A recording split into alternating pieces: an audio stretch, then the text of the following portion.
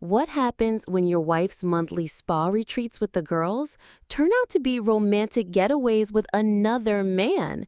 And not just any man, but someone who's documenting every moment on social media for the world to see.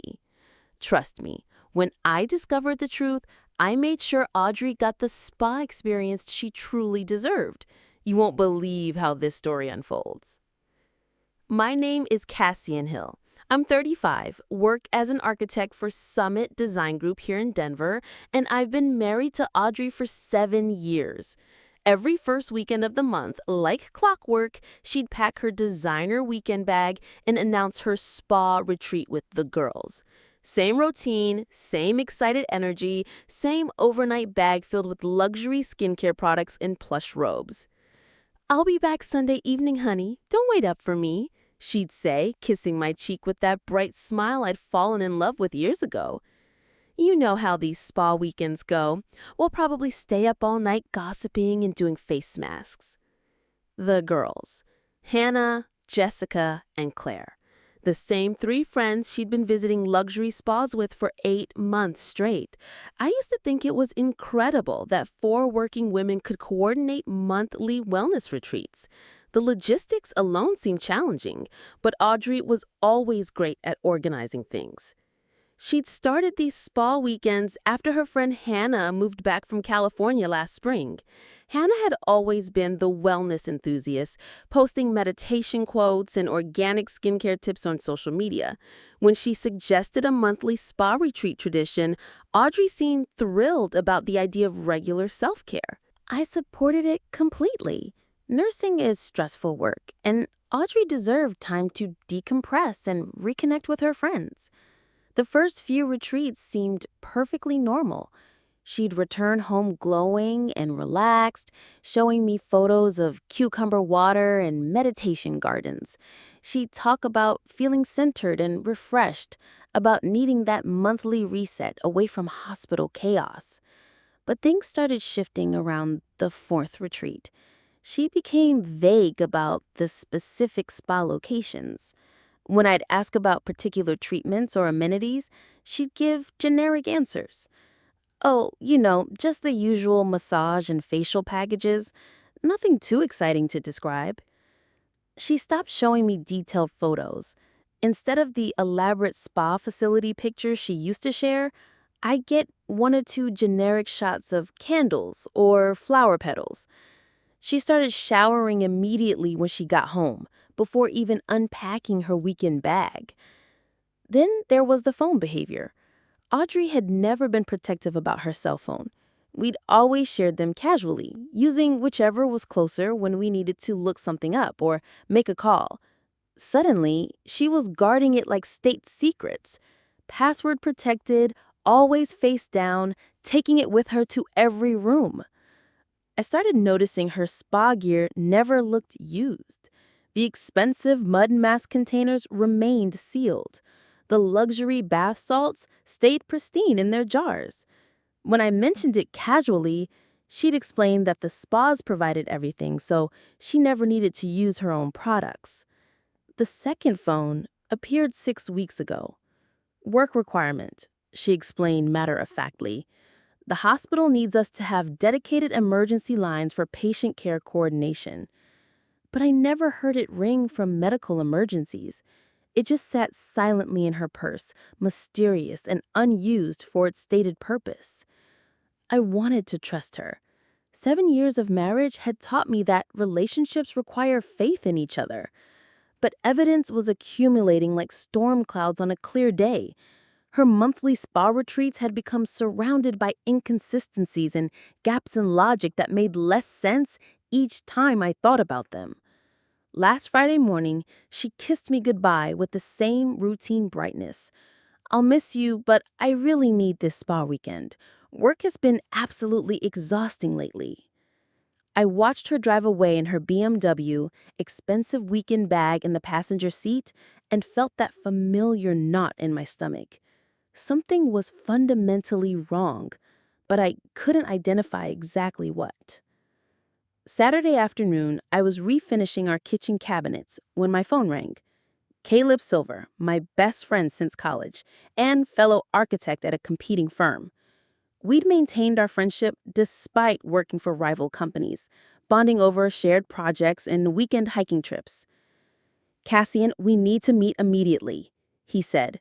The urgency in Caleb's voice made me set down my sanding block. He wasn't prone to drama or overstatement. What's wrong? My coworker Otto has been posting pictures on Instagram and Audrey is all over them. I'm sending you the link right now. I stared at my phone screen. Otto Abermano. I recognized the name from Caleb's work stories. A marketing director at his firm, recently divorced, known for his expensive taste in social media presence. Interesting, I said, though my heart was already racing. The Instagram link loaded slowly on my phone screen. Then I saw her. Audrey wasn't at a luxury spa with Hannah, Jessica, and Claire. She was at the Ritz-Carlton Spa in Aspen with Otto Abarno, sharing couples massage treatments and champagne in a private suite. Photo after photo showed my wife of 7 years living a completely different life. Otto's arm around her waist and plush spa robes, Audrey laughing at something he whispered while they soaked in a hot tub overlooking snow-capped mountains.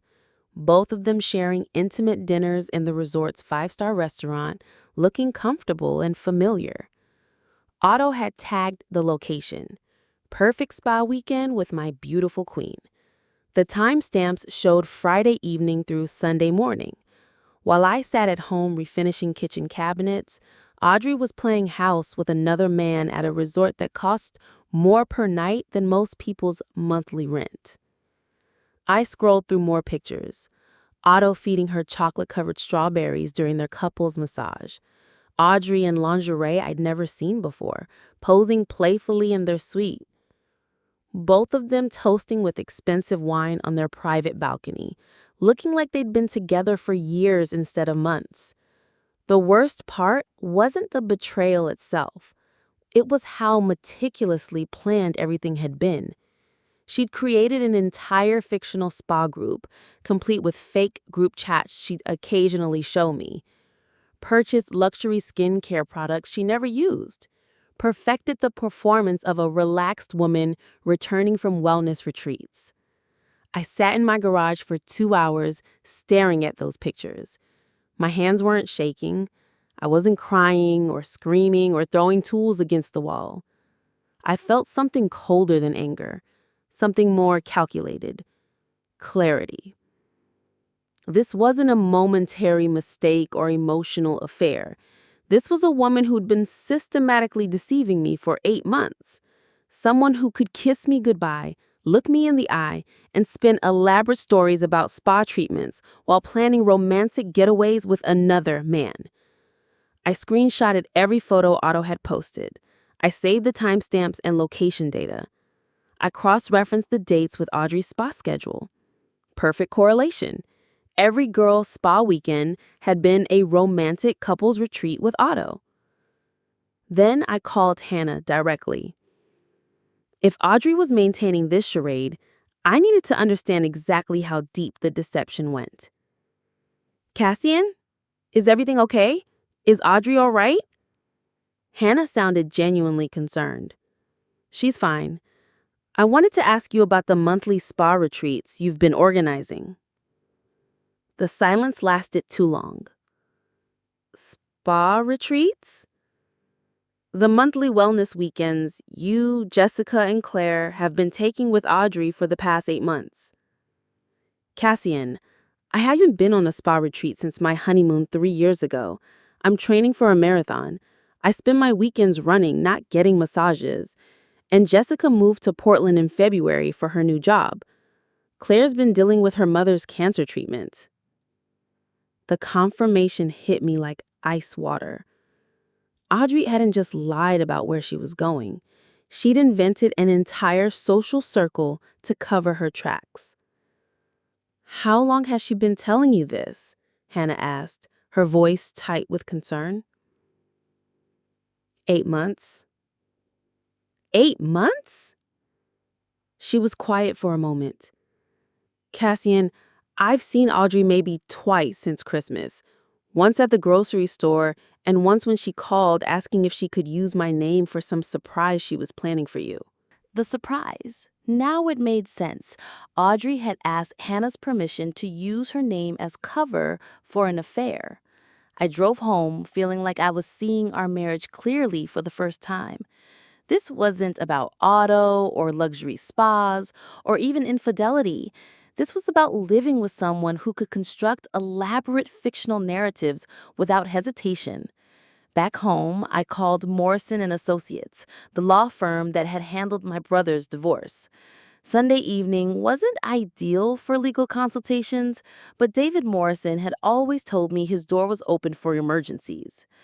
I need to file for divorce, I said. I have photographic evidence of adultery and systematic deception. How recent is the evidence? This weekend. The other man posted everything on Instagram. David was quiet for a moment. That's either incredibly stupid or incredibly arrogant. Probably both. Can you be in my office tomorrow morning at 9? Bring everything you have. Screenshots, dates, financial records. If she's been lying about her whereabouts for 8 months, we need to examine credit card statements and bank records too. After hanging up, I spent the evening documenting everything. Audrey's spa product purchase dates that never made sense, the correlation between her retreat schedule and Otto's social media posts, credit card charges that didn't match her spa stories, five-star restaurant bills instead of wellness center fees. The evidence painted a picture of meticulous deception.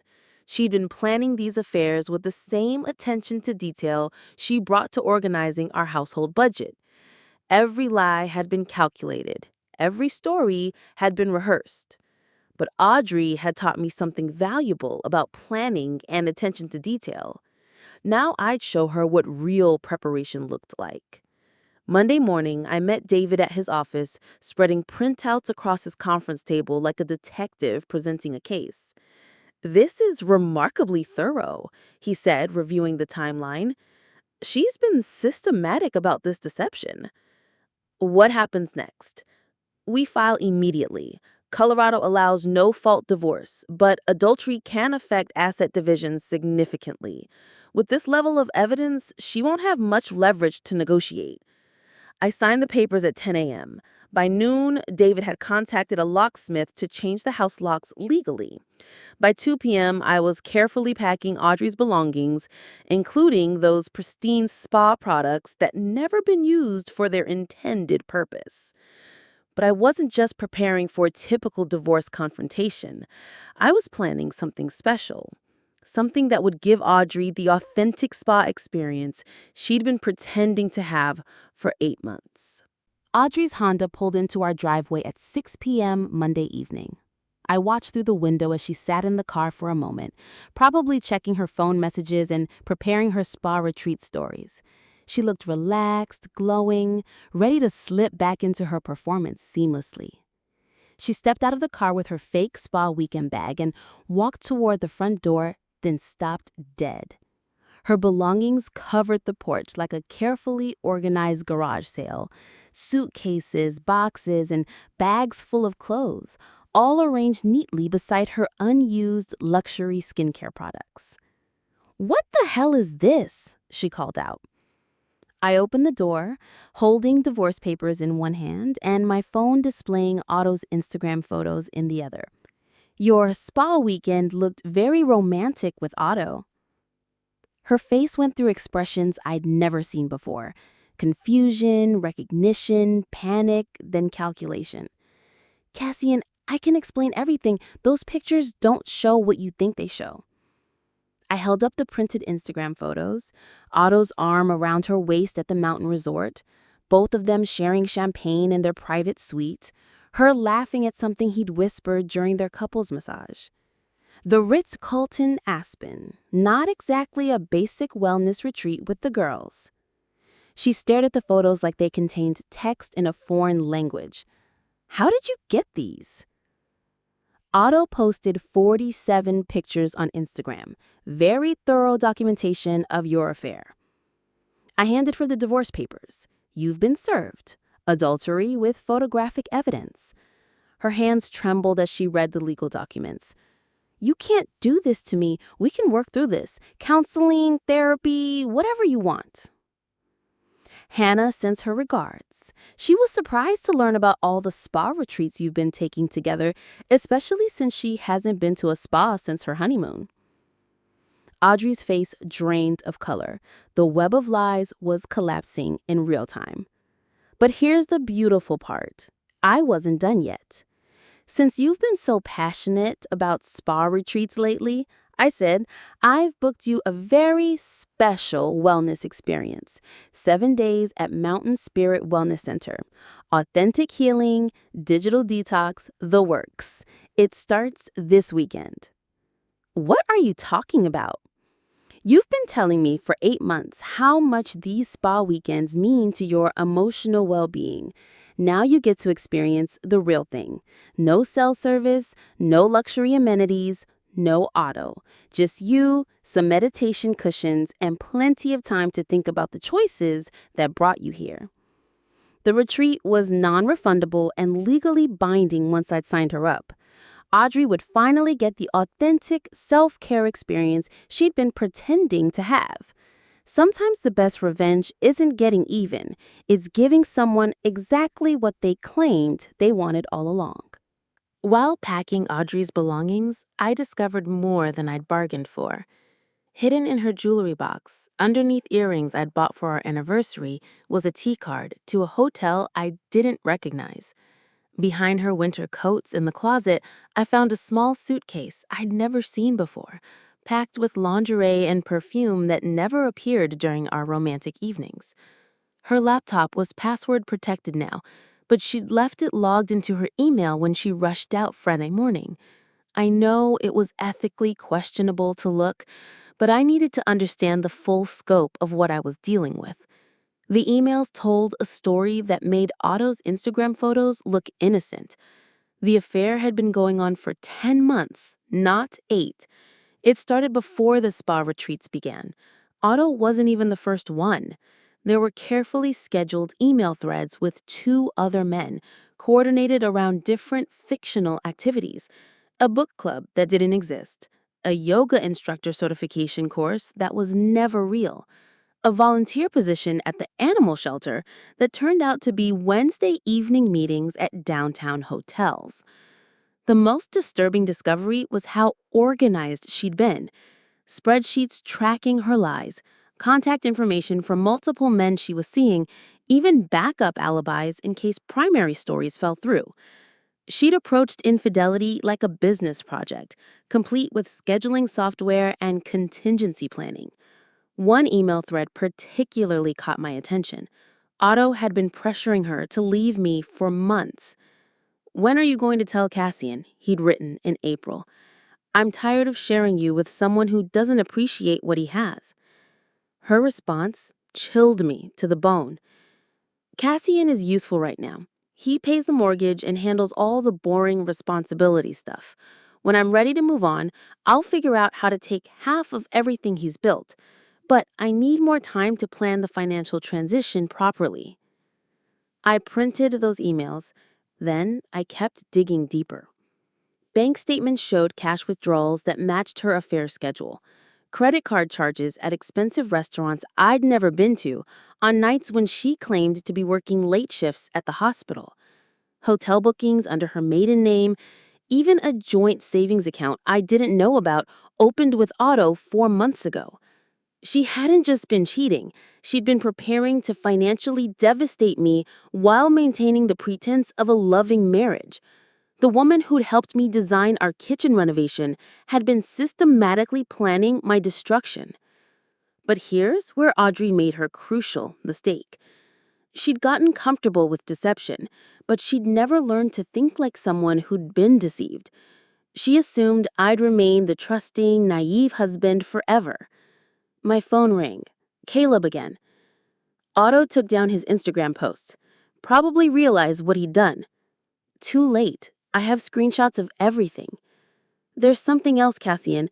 Otto's ex-wife called me an hour ago. Apparently, she saw the photos before he deleted them, and she's been suspicious about his business conferences for months.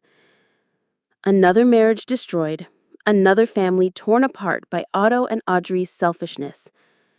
She wants to know if you'd be willing to coordinate with her attorney, Caleb continued.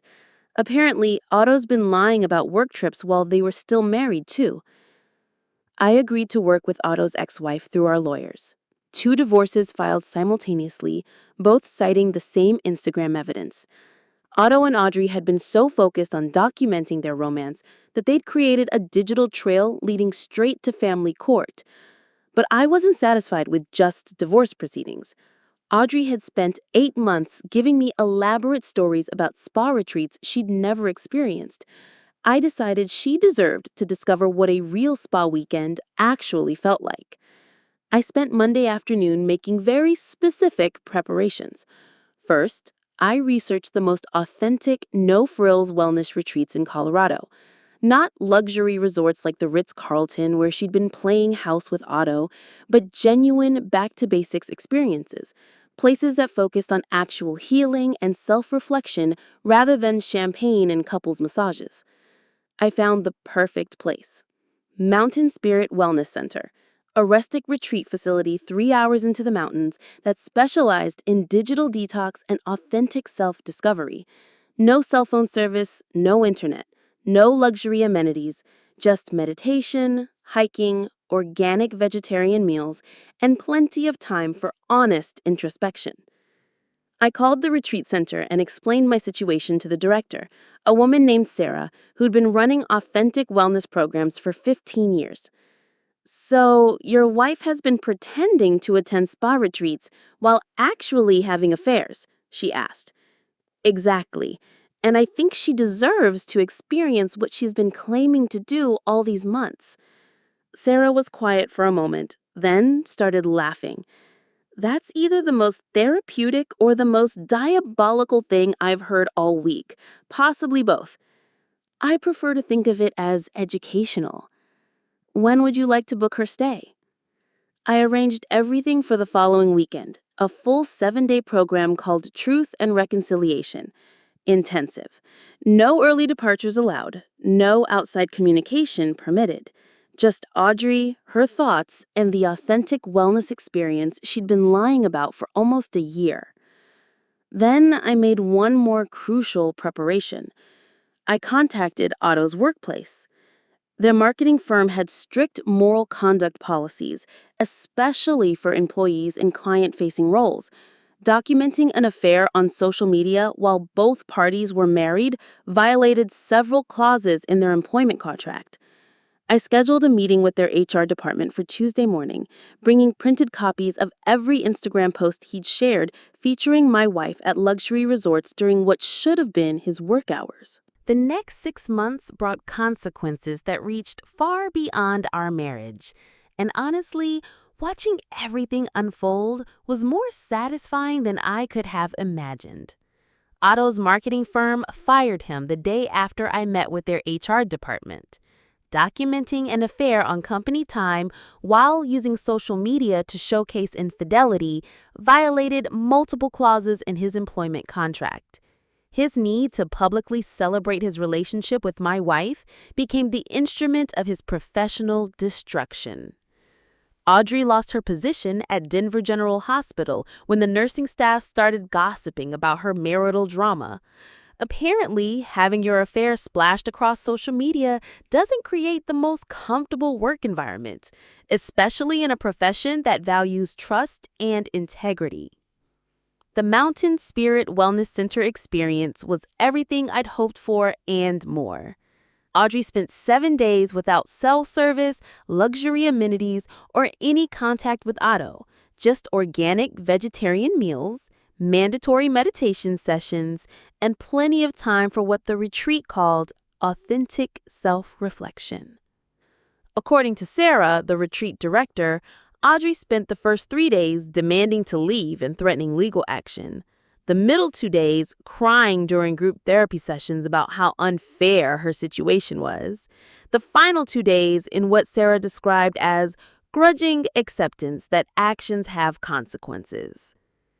Did she learn anything? I asked when I picked up her belongings after the retreat ended. She learned that real wellness work is uncomfortable, Sarah replied. Whether she learned anything about honesty is still unclear. The divorce settlement favored me heavily. Colorado courts don't appreciate systematic deception and adultery, especially when the evidence is so thoroughly documented. Audrey received minimal assets and had to find her own housing immediately, since she couldn't afford the mortgage on our house alone. Otto and Audrey's relationship didn't survive the public scrutiny and professional consequences. When their affair was no longer secret and exciting, they discovered they had little in common beyond mutual selfishness and a shared appreciation for luxury resorts they could no longer afford. Otto moved back in with his parents after his ex-wife took half of everything in their divorce settlement. Audrey found herself alone in a studio apartment across town, working part-time at a small clinic where nobody knew her history. The most poetic justice came from social media itself.